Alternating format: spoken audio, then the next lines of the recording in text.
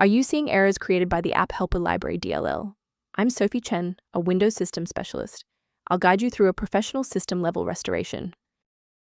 Before we get started with Apphelper Library, you may want to try the diagnostic path below to ensure your system is properly synchronized. This is the Apphelper Library, a native Windows library responsible for managing the localized UI for system-level help and support triggers. It coordinates the data link between the OS and Microsoft support manifests. If missing, clicking Get Help links in Windows settings will do nothing, often resulting in a silent application hang. Let's get to work. We'll start with the most common fix for this specific error. This error indicates that a protected Windows file has been compromised. Use the official System File Checker tool. Run sfc/scan now in an administrator CMD to ensure Apphelper Library DLL is restored to its original verified state.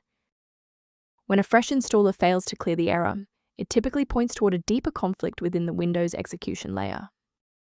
A quick system restart is a practical way to ensure that all shared libraries, including Apphelper Library, are being loaded correctly into the current session's memory. To keep this tutorial handy, make sure to bookmark it or hit like button before you reboot.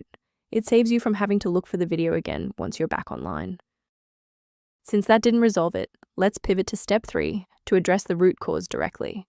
If you need to pause the video to get your workspace ready, take your time.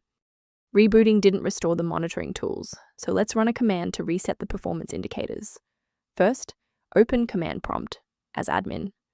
Second, you're going to type lodctr/r, then hit enter. Why are we doing this?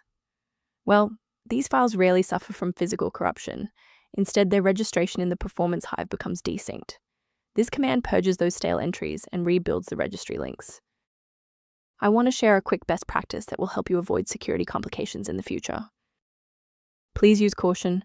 Replacing Apphelper Library DLL manually often requires elevated permissions that, if mishandled, can leave your system architecture vulnerable to external exploits. For those who prefer a structured maintenance plan, you can access an official diagnostic resource at the link below. If system conflicts or lag are present, the resource below outlines concepts related to Apphelper Library management. If your workstation is back online and Apphelper Library is running smoothly, please consider subscribing. It's the best way to support our mission of providing safe, reliable solutions.